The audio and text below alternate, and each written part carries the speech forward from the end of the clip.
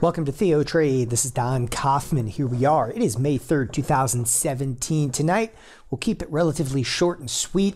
The S&P's largely unchanged throughout the course of today's trading session, even with Janet Yellen coming out in the FOMC, which, what did the FOMC say? Like, what did they really say? Absolutely nothing. You know, they kind of brushed off the fact that there was a, 0.7 GDP in the first quarter over there. They said it was just a temporary lull to the economy over there. Anyway, they've staved off doing another interest rate hike. They didn't really say that much more than that. And I got to tell you, how did the markets react? They did not react. If you do look at the S&P futures, you couldn't even pick out at which point in the day that the FOMC meeting came out.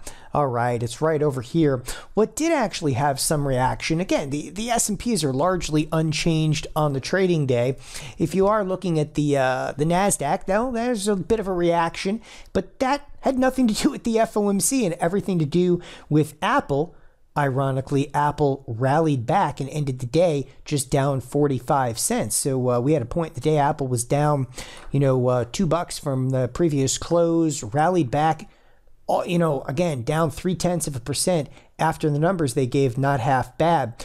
What also put some pressure forth to the Nasdaq happened to be Amazon. Again, Amazon, if I did not know any better over here, you have to start to think to yourself, wow, one down day, huh? Is that almost a downtrend? Yeah, we're just being a little sarcastic with Amazon. Speaking, though, of a downtrend, so we have the Nasdaq futures drifting a little bit lower right now. We are waiting on earnings. You've had Tesla earnings. They already came out after the bell. We're waiting on some Facebook earnings here after the bell. Neither here nor there. Those are not going to be drastic impacts to the marketplace. Obviously, the FOMC meeting, that was it. That's what we were waiting for movement.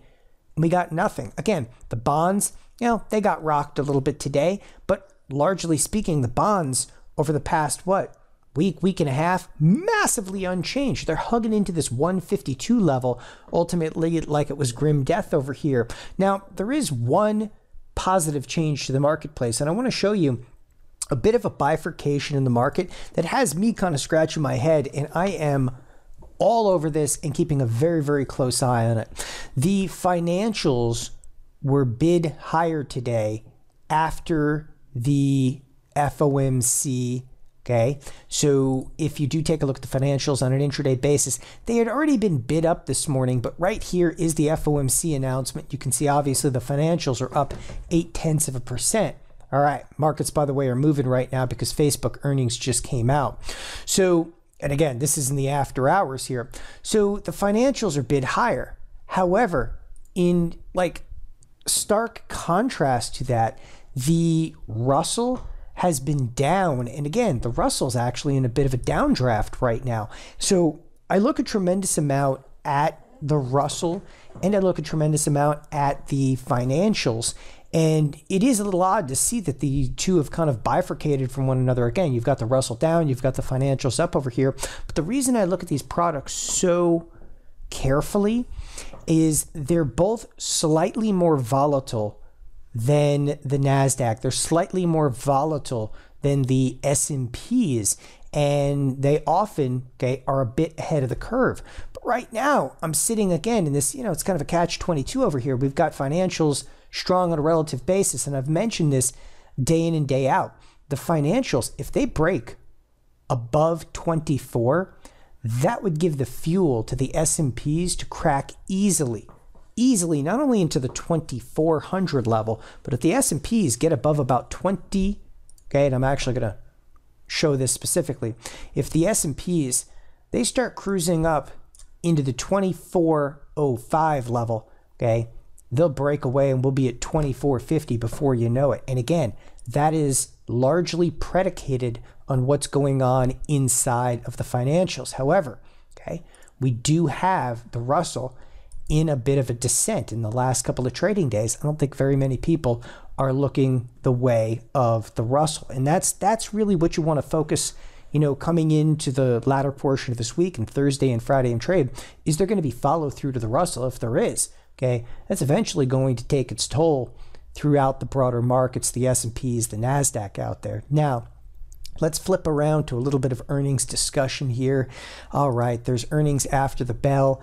We've got Facebook. It's out, okay? Where's Facebook ultimately trading right now? Again, you can look at this stuff in the after hours by just watching the bids and offers. Now, listen, Zuckerberg, he's not speaking yet. They have just released the preliminary results over here.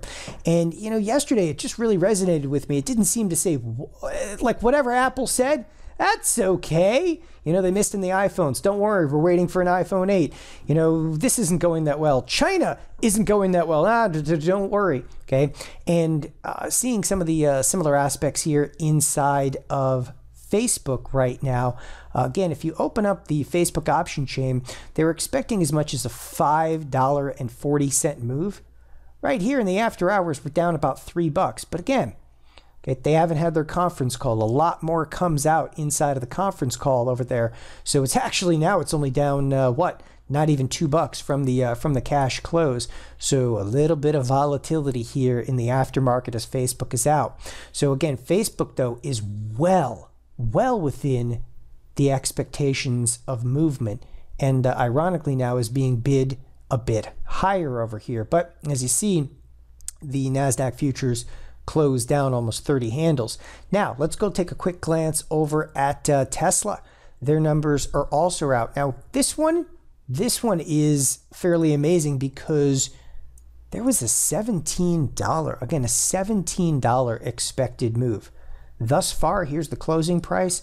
Here's where we are in the aftermarkets. A negligible move in what is known as kind of like the wild child of the broader markets over there. But again, we haven't heard from Elon Musk. The conference call can change everything out there. So just because the news initially is out, yeah, well, they haven't had the news of the conference call, the Q&A out there. And there could, of course, be another shoe to drop as we move on. So again, the next 2 days of trade, got to be watching the XLF extremely carefully. We're 15 cents away from a breakout, not just in the XLF, but a breakout higher inside of the S&Ps. One thing, though, that I want to remind you is that the SPX week in and week out has actually fallen in very, very tight and very, very definitive ranges. Those ranges known as, of course, the expected move. And what I'm actually bringing into scope right now is this week's kind of expected move. And I'm literally like zooming in point by point. What we have here, this is the actual start of the week. Okay, so when I say the start of the week, here we started out the week right around the 2385. Okay, this upper line over here is at 2405. So even if we are to explode higher to the SPX, okay, 2405 is likely going to be the top end of that range. If we were to see some sell side activity, again, you can see the downside of the range in the neighborhood of 2363. Thanks everybody for joining us here at TheoTrade. Have a wonderful evening. Bye-bye.